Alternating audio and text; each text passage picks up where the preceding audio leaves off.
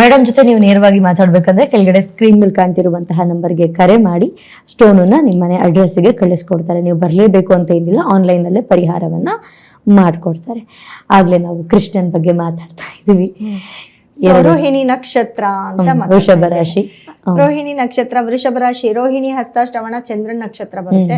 ಅದೇ ರೀತಿ ರೋಹಿಣಿ, ಮೃಗಶಿರ ಮತ್ತೆ ಆರಿದ್ರ ನಕ್ಷತ್ರ, ಈ 3 ನಕ್ಷತ್ರ ಕೂಡ ಅದೇ ವೃಷಭ ರಾಶಿಗೆ ಬರುತ್ತೆ.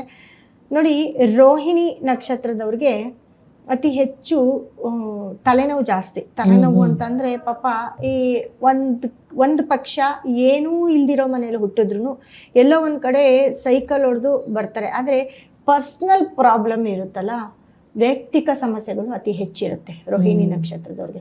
ಎಲ್ಲರೂ ಅನ್ಕೋತಾರೆ ರೋಹಿಣಿ ನಕ್ಷತ್ರ ಕೃಷ್ಣನ್ ನಕ್ಷತ್ರ ಅಂತ, ಆದ್ರೆ ಕೃಷ್ಣ ಯಾವತ್ತೂ ನೆಮ್ಮದಿಯಾಗಿ ನಿದ್ದೆ ಮಾಡಿದ್ದೇ ಇಲ್ಲ. ಹೌದೌದು, ಬ್ಯಾಕ್ ಟು ಬ್ಯಾಕ್ ಸಮಸ್ಯೆಗಳು. 16,000 ಜನ ಹೆಂಡತಿರಿರ್ಬೋದು, ಹೇಳ್ಕೊಳಕ್ ಒಬ್ರು ಕರೆಕ್ಟ್ ಆಗಿರಲ್ಲ. ಆ ಜಗಳ ತೀರ್ಸೋದ್ರಲ್ಲೇ ಅವ್ರ ಆಯ್ಸ್ ಮುಗ್ದೋಗಿರುತ್ತೆ. ಹಂಗೆ ವೈಯಕ್ತಿಕ ಪ್ರಾಬ್ಲಮ್ಸ್ ಜಾಸ್ತಿ ಇರುತ್ತೆ ರೋಹಿಣಿ. ಒಂದು ಕರೆ ಇದೆ, ಅವ್ರ ಜೊತೆ ಮಾತಾಡೋಣ. ನಮಸ್ತೆ. ನಮಸ್ತೆ ಮೇಡಮ್. ತಮ್ಮ ಹೆಸರು? ಸಂಧ್ಯಾ ಅಂತ, ನಾವು ಬೆಂಗಳೂರಿಂದ. ಸಂಧ್ಯಾ, ಯಾರ ಬಗ್ಗೆ ಕೇಳ್ಬೇಕಾಗಿತ್ತು? ಸಂಧ್ಯಾ ಅವರೇ ಕೇಳ್ಬೇಕಿತ್ತು ಮೇಡಮ್. ನನ್ ಬಗ್ಗೆನೇ ಕೇಳ್ಬೇಕು. ನಿಮ್ ಬಗ್ಗೆ. ಹುಟ್ಟಿದ ದಿನಾಂಕ 19/3/1991. 19/3/1991. ಹುಟ್ಟಿದ ಸಮಯ ಮಧ್ಯಾಹ್ನ 3:40. 3:40 ಮಧ್ಯಾಹ್ನ. ಹೌದು. ಓಕೆ, ಎಲ್ಲಿಂದ ಕರೆ ಮಾಡ್ತಿರೋದು? ಬೆಂಗಳೂರಿಂದ. ಓಕೆ, ಮಿತಾ ಮೇಡಮ್ ಇದ್ದಾರೆ, ನೀವು ಅವ್ರ ಜೊತೆ ಮಾತಾಡಬಹುದು. ಮೇಡಮ್ ನಮಸ್ತೆ. ಮೇಡಮ್ ನಮಸ್ಕಾರ ಮೇಡಮ್. ಏನ್ ಮಾಡ್ತಿರ್ತೀರಾ ಮೇಡಮ್ ನೀವು? ಮೇಡಮ್ ನಾವು ಕೆಲ್ಸಕ್ಕೆ ಬರ್ತೀವಿ, ಅಪಾರ್ಟ್ಮೆಂಟ್ ಕುಕಿಂಗ್ ಮಾಡಕ್ಕೆ. ಬಿಸ್ನೆಸ್ ಮಾಡ್ಬೇಕು ಅಂತಿದೀನಿ. ಯಾವ್ದ್ರಲ್ಲೂ ಆಲ್ರೆಡಿ ಒಂದ್ಸಲ ಬಿಸ್ನೆಸ್ ಮಾಡಿ ಲಾಸ್ ಆಯ್ತು. ಇವಾಗ ಮುಂದಕ್ಕೆ ಮಾಡ್ಬೋದಾ? ಮುಂದೆ ಹೆಂಗಿದೆ ನನ್ನ ಭವಿಷ್ಯ, ಇದು ಈ ವರ್ಷ ಮತ್ತೆ ಮುಂದಿನ ಫ್ಯೂಚರ್ ಹೆಂಗಿದೆ ಅಂತ ತಿಳ್ಕೊಬೇಕಿತ್ತು. ನೋಡಿ ಮೇಡಮ್, ನಿಮ್ಗೆ ಲಗ್ನ ಬಂದು ಕಟಕ ಲಗ್ನ ಬರುತ್ತೆ. ಲಗ್ನದಲ್ಲೇ ಗುರು ಕೇತು ಇದ್ದಾರೆ. ನಿಮ್ಮ ಮನೇಲಿ ದೇವಸ್ಥಾನ, ಯಾರಾದ್ರೂ ದೊಡ್ಡವರು ದೇವಸ್ಥಾನ ಮಾಡಿರೋದು, ಊರಲ್ಲೆಲ್ಲೋ ದೇವಸ್ಥಾನ ಕಟ್ಟಿರೋದು ಅಥವಾ ದೇವ್ರನ್ನ ಇಟ್ಕೊಂಡಿರೋದು, ಆತರ ಏನಾದ್ರು ಇದೆಯಾ? ಇಲ್ಲ ಮೇಡಮ್, ಆತರ ಏನಿಲ್ಲ. ಓಕೆ. ನಿಮ್ಮ ಮನೆ ದೇವ್ರಿಗೆಲ್ಲ ತುಂಬಾ ಚೆನ್ನಾಗಿ ಪೂಜೆ ಮಾಡ್ತಾ ಇದ್ದೀರಾ? ಮನೆ ದೇವ್ರಿಗೆ ಜಾಸ್ತಿ ನಾವು ಇಲ್ಲಿ ಮದ್ವೆ ಆದ್ಮೇಲೆ ಹೋಗ್ತಾ ಇಲ್ಲ ಮೇಡಮ್. ಅಮ್ಮನ ಮನೇಲೂ ಹೋಗ್ತಾ ಇರ್ಲಿಲ್ಲ ಜಾಸ್ತಿ, ಇಲ್ಲೂ ಹೋಗ್ತಾ ಇಲ್ಲ. ಓಕೆ ಮೇಡಮ್, ನೋಡಿ ನಿಮ್ಗೆ ನಡೀತಾ ಇರೋ ಟೈಮ್ ಬಂದು ಇವಾಗ 2025 ಕುಜದಶ ನಡೀತಾ ಇದೆ ನಿಮ್ಗೆ. ಸೊ 2025 ಕುಜದಶ ನಡೀತಿದೆ. ಕುಜ ಬಂದು ನಿಮ್ಗೆ 11ನೇ ಮನೆಯಲ್ಲಿ ತುಂಬಾ ಚೆನ್ನಾಗಿದ್ದಾನೆ. ಆದ್ರೆ ನಿಮ್ಮ ಒಂದು ಲಗ್ನಕ್ಕೆ ಸಪ್ತಮದಲ್ಲಿ ಶನಿ ರಾಹು ಇದಾರೆ. ಮ್ಯಾರೇಜ್ ಲೈಫ್ ಹೋಗಿದ್ಯಾ? ಚೆನ್ನಾಗಿ ಅಂಡರ್ಸ್ಟ್ಯಾಂಡಿಂಗ್ ತುಂಬಾ ಕಡಿಮೆ. ಶನಿ ರಾಹು ಸಪ್ತಮದಲ್ಲಿ ಇದ್ದಾರೆ. ಮತ್ತೆ ಲಗ್ನದಲ್ಲಿ ಗುರು ಕೇತು ಇದ್ದಾರೆ. ಸಪ್ತಮಕ್ಕೆ ಗುರು ದೃಷ್ಟಿ ಬೀಳ್ಬಹುದು. ಆದ್ರೆ ಕೇತು ರಾಹು ಲವ್ ಮ್ಯಾರೇಜ್ ಅಮ್ಮ ನಿಮ್ದು? ಹೌದು. ಅದನ್ನ ಹೇಳುತ್ತೆ ನಿಮ್ಮ ಜಾತಕ, ಲವ್ ಮ್ಯಾರೇಜ್ ಅಂತ ಹೇಳುತ್ತೆ. ಮತ್ತೆ ಅಂಡರ್ಸ್ಟ್ಯಾಂಡಿಂಗು ಏನಿರೋದಿಲ್ಲ. ಯಾವತ್ತೋ ಬಿಟ್ಟೋಗ್ಬೇಕಾಗಿರುವಂತ ಒಂದು ಸಂಬಂಧ ಎಳ್ಕೊಂಡ್ ಬರ್ತಾ ಇದೆ ಅಂತ ಹೇಳುತ್ತೆ. ಮತ್ತೆ ನಿಮ್ಗೆ ಸೂರ್ಯ ಬುಧ 9ನೇ ಮನೇಲಿ ಸೂರ್ಯ ಬುಧ ಇದ್ದಾರೆ. ತಂದೆ ಮನೆ ಕಡೆಯಿಂದ ಏನಾದ್ರೂ ಬೆನಿಫಿಟ್? ಇಲ್ಲ. ಹೌದು ಮೇಡಮ್, ಒಂದ್ ಸ್ವಲ್ಪ ಜಾಗ ಇತ್ತು, ಅದನ್ನ ಕೊಟ್ರು. ಚಿಕ್ಕದಾಗಿ ಜಮೀನೆಲ್ಲ ಏನಿಲ್ಲ, ಚಿಕ್ಕದಾಗ ಜಾಗ ಇತ್ತು, ಅದನ್ನ ಕೊಟ್ರು. ಅಲ್ಲೇ ಮನೆ ಕಟ್ಟಿದೀನಿ. ಹೌದಾ? ನೋಡಿ, ಜಮೀನ್ ಇಲ್ಲ ಇದ್ರು ಇಲ್ದೆ ಹೋದ್ರು ಏನಾದ್ರೂ ಒಂದು ಸಿಕ್ಕಿದೆ ಅಲ್ವಾ? ಒಂದು ಸಣ್ಣ ಒಂದು ಜಾಗ ಸಿಕ್ಕಿದೆ ಅಂದ್ರೆ ಈಗಿನ ಕಾಲದಲ್ಲಿ ಆ ಜಾಗ ತಗೊಳ್ಳೋದಕ್ಕೆ ತುಂಬಾ ಕಷ್ಟ ಪಡ್ಬೇಕು. ಆದ್ರೂ ನಿಮ್ ತಂದೆ ಮನೆ ಕಡೆಯಿಂದ ನಿಮ್ಗೆ ಏನಾದ್ರೂ ಸಿಕ್ಕತ್ತೆ ಅಂತ ನಿಮ್ಮ ಜಾತಕದಲ್ಲಿ ಹೇಳಿದೆ. ಸೊ ಅದು ಸ್ಟ್ರಾಂಗ್ ಇದೆ. ಮತ್ತೆ 9ನೇ ಅಧಿಪತಿ ಗುರು ಕೂಡ ನಿಮ್ಮ ಲಗ್ನದಲ್ಲಿ ಇರೋದ್ರಿಂದ ತಂದೆ ಮನೆ ಕಡೆಯಿಂದ ಸಪೋರ್ಟ್ ಜಾಸ್ತಿ ಇರುತ್ತೆ. ನೀವು ಕೂಡ ನಿಮ್ಮ ತಂದೆ ಮನೆಗೆ ತುಂಬಾ ಸಪೋರ್ಟಿವ್ ಆಗಿರ್ತೀರಾ ಅಂತ ಹೇಳುತ್ತೆ. 10ನೇ ಮನೆ ಚಂದ್ರ ಶುಕ್ರ. ನೀವ್ ಇಲ್ಲಿ ಏನೇ ಮಾಡಿದ್ರು ದಿನಕ್ಕೊಂದು ಸತಿ ಆದ್ರೂ ನಿಮ್ ತಂದೆ ಮನೆಗೆ ವರದಿ ಒಪ್ಪಿಸ್ಲೇಬೇಕು. ಅದು ನಿಮ್ಮ ಜಾತಕದ ಒಂದು ಕ್ವಾಲಿಟಿ. ಅವರು ಅಷ್ಟೇ, ಏನಾದ್ರೂ ನಿಮ್ಮನ್ನ ಕೇಳಲೇಬೇಕು, ಹೇಳಲೇಬೇಕು. ಅದು ಕೂಡ ನಿಮ್ಮ ಜಾತಕದ ಒಂದು ಕ್ವಾಲಿಟಿ ಇರುತ್ತೆ. ಇದು ಹೇಗೆ ಅಂತಂದ್ರೆ ಇಲ್ಲಿ ಏನೋ ಒಂದು ಅಂಡರ್ಸ್ಟ್ಯಾಂಡಿಂಗ್ ಅಷ್ಟೇನೆ. ಓಕೆನಾ? ಮತ್ತೆ ಚಂದ್ರ ಶುಕ್ರ ಕೂಡ ನಿಮ್ಗೆ 4ನೇ ಮನೆ ಶುಕ್ರ ನಿಮ್ಗೆ 10ನೇ ಮನೇಲಿ ಬಂದಿರ್ತಾರೆ. ನಿಮ್ಮ ಯಜಮಾನ್ರು ಏನ್ ಕೆಲಸ ಮಾಡ್ತಾರೆ? ಅವರು ವ್ಯಾಪಾರ ಮಾಡ್ತಾರೆ ಮ್ಯಾಮ್. ಅದು ರೋಡಲ್ಲಿ. ಏನ್ ವ್ಯಾಪಾರ ಮಾಡ್ತಾರೆ? ಅಂದ್ರೆ ಆಟೋ ಇಟ್ಕೊಂಡಿದ್ವಿ, 3 ವೀಲರ್. ಅದ್ರಲ್ಲಿ ಬಿಸ್ನೆಸ್ ಮಾಡ್ತಾರೆ, ತರಕಾರಿ ಸೊಪ್ಪು ಎಲ್ಲ ಹಾಕೊಂಡು ರೋಡ್ ಮೇಲೆ ರೌಂಡ್ ಹಾಕ್ತಾರೆ. ಓಕೆ. ನೋಡಿ, ಚಂದ್ರ ಶುಕ್ರ 10ನೇ ಮನೇಲಿ ಇರ್ತಾರೆ. ನಿಮ್ಮ ಯಜಮಾನ್ರು ಕೂಡ ಏನಾದ್ರು ಒಂದು ಕೆಲಸ ಮಾಡ್ತಾರೆ, ಅಷ್ಟೋ ಇಷ್ಟೋ ದುಡ್ಡು ತರ್ತಾರೆ ಅಂತ ಹೇಳುತ್ತೆ. ಕುಜ ನಿಮ್ಗೆ ತುಂಬಾ ಸ್ಟ್ರಾಂಗ್ ಆಗಿದ್ದಾನೆ. ನಿಮ್ಮ ಒಂದು ಇವಾಗ ಏನು ನೀವು ಏನ್ ಬಿಸ್ನೆಸ್ ಮಾಡ್ಬೇಕು ಅನ್ಕೊಂಡಿದ್ದೀರಾ ಅದೊಂಚೂರು ಹೇಳ್ಬಿಡ್ತೀನಿ. ಮೇಡಮ್ ಮಾಮೂಲಿ ಇದು ಬಾಳೆಹಣ್ಣದು ಮಂಡಿ ಅಥವಾ ತೆಂಗಿನಕಾಯಿದು ಅಂಗಡಿ ಆತರ ಹಾಕೊಳ್ಳೋಣ ಅನ್ಕೊಂಡಿದ್ವಿ. ಫಸ್ಟ್ ರೇಷನ್ ಅಂಗಡಿ ಹಾಕಿದ್ವಿ, ಅದು ಲಾಸ್ ಆಯ್ತು. ಏನ್ ಹಾಕಿದ್ರಿ? ರೇಷನ್ ಅಂಗಡಿ ಹಾಕಿದ್ವಿ ಮಾಮೂಲಿ ಪ್ರಾವಿಷನ್ ಸ್ಟೋರ್ ಬರುತ್ತಲ್ಲ, ಅದ್ ಹಾಕಿದ್ವಿ, ಅದ್ ಲಾಸ್ ಆಗೋಯ್ತು.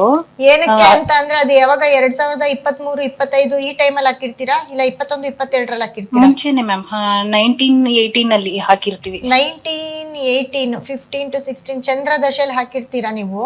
ಹೌದು. ಚಂದ್ರದಶೆ ಅಲ್ಲಿ ಲಾಸ್ ಆಗಿರುತ್ತೆ ಅಲ್ಲಿ ನಿಮ್ಗೆ ಯಾಕಂದ್ರೆ ನಿಮ್ಗೆ ಎಲ್ಲ ಒಂದ್ ಕಡೆ ಕುತ್ಕೊಂಡು ಕೆಲಸ ಮಾಡೋ ಯೋಗ ಇಲ್ವೇ ಇಲ್ಲ. ಚಂದ್ರ ಅಂದ್ರೆ ಸುತ್ತಾ ಇರ್ಬೇಕು. ಇವಾಗ ನಿಮ್ ಯಜಮಾನ್ರು ಏನ್ ತರಕಾರಿ ವ್ಯಾಪಾರ ಮಾಡ್ತಿರ್ತಾರೆ, ಅವ್ರು ಅಲ್ಲೋ ಇಲ್ಲೋ ಸ್ವಲ್ಪ ಇದ್ ಮಾಡ್ತಿರ್ತಾರೆ. ನೀವು ಅಷ್ಟೇ ಕುಕಿಂಗ್ ಕೆಲ್ಸಕ್ಕೆ ಹೋಗ್ತಿರ್ತೀರಾ, ಒಂದಲ್ಲ 2-3 ಮನೆಗೆ ಹೋಗಿ ಕುಕಿಂಗ್ ಅಡಿಗೆ ಕೆಲಸವನ್ನ ಮಾಡ್ತಾ ಇದ್ದೀರಾ. ಅದ್ರಲ್ಲಿ ನಿಮ್ಗೆ ತುಂಬಾ ನಿಮ್ಗೆ ಪರವಾಗಿಲ್ಲ ಅಂತ ಹೇಳ್ಬೋದು. ನೋಡಿ ಇವಾಗ ನಿಮ್ಗೆ ಕುಜದಶೆ ನಡೀತಾ ಇರೋದ್ರಿಂದ ನೀವು ಇದೇ ಅಡಿಗೆ ಕೆಲಸನ ಒಂದು ಮೆಸ್ ತರನೋ ಇಲ್ಲ ಯಾವ್ದಾದ್ರು ಒಂದು ಆಫೀಸ್ಗೆ ನೀವು ಅಡಿಗೆ ಮಾಡಿ ಟ್ರಾನ್ಸ್ಪೋರ್ಟ್ ಮಾಡೋ ತರನೋ ಮಾಡ್ಕೊಂಡ್ರೆ ತುಂಬಾ ಚೆನ್ನಾಗಿ ಕ್ಲಿಕ್ ಆಗ್ತೀರಾ. ಮ್ಯಾಮ್ ಇನ್ನೊಂದು, ನಾನು ಸಂಗೀತ ಕಲ್ತಿದ್ದೀನಿ. ನನ್ಗೆ ಚಿಕ್ಕ ವಯಸ್ಸಿಂದ ನನ್ಗೆ ಗಾಯಕಿ ಆಗ್ಬೇಕಂತ ಆಸೆ. ಅದಕ್ಕೆ ಟ್ರೈ ಕೂಡ ಮಾಡ್ತೀನಿ, ಆಡಿಷನ್ಗೆಲ್ಲ ಹೋಗ್ತಾ ಇರ್ತೀನಿ. ಆದ್ರೆ ಸೆಲೆಕ್ಟ್ ಆಗಿಲ್ಲ. ಅಕಸ್ಮಾತ್ ಸೆಲೆಕ್ಟ್ ಆಗೋ ಚಾನ್ಸಸ್ ಏನಾದ್ರು ಇರುತ್ತಾ ನಾನು ಟ್ರೈ ಮಾಡಿದ್ರೆ? ಎಷ್ಟು ವರ್ಷ ನಿಮ್ಗೆ? ನನ್ಗೆ 34. ಸೆಲೆಕ್ಟ್ ಆಗೋ ಚಾನ್ಸಸ್ ಇರುತ್ತೆ. ಅದು ಯಾವಾಗಪ್ಪ ಅಂತಂದ್ರೆ ಅದಕ್ಕೆ ಟೈಮ್ ಬೇಕಾಗತ್ತೆ. ನಿಮ್ ಚಂದ್ರದಶೆಯಲ್ಲಿ ಅಂತ ಸಾಥ್ ಕೊಟ್ಟಿಲ್ಲ ನಿಮ್ಗೆ. ಸೊ ನಿಮ್ಗೆ ಕುಜ ಶುಕ್ರ ಚೆನ್ನಾಗಿದ್ದಾನೆ. ನೋಡಿ ನಿಮ್ಗೆ ಈ ಕುಜದಶೆ ಶುಕ್ರ ಅಂದ್ರೆ 2030 ನಿಮ್ಗೆ ತುಂಬಾ ಟೈಮ್ ಚೆನ್ನಾಗಿದೆ. 2030ರಲ್ಲಿ ನೀವು ಎಲ್ಲೋ ಒಂದ್ ಕಡೆ ಏನ್ರಲ್ಲಾದ್ರೂ ಅಚೀವ್ ಮಾಡ್ತೀರಾ ಅಂತ ಹೇಳುತ್ತೆ. ನೀವು ಟ್ರೈ ಮಾಡಿ. 2030 ಓಕೆ, ಅದರಲ್ಲಿ 2029 ಕೂಡ ತುಂಬಾ ಚೆನ್ನಾಗಿದೆ ಟೈಮ್. 2029 ಕೂಡ ನೀವು ಮಾಡ್ಬೋದು. ಅದೇ ರೀತಿ ನಿಮ್ಗೆ ರಾಹು ಅಂತ ಏನ್ ಚೆನ್ನಾಗಿಲ್ಲ. 8ನೇ ಮನೇಲಿದ್ದಾನೆ ಶನಿ. ರಾಹು ಸಪ್ತಮದಲ್ಲಿದ್ದಾನೆ. ಸಪ್ತಮದಲ್ಲಿ ಶನಿ ಬಲವಾಗಿದ್ದಾನೆ.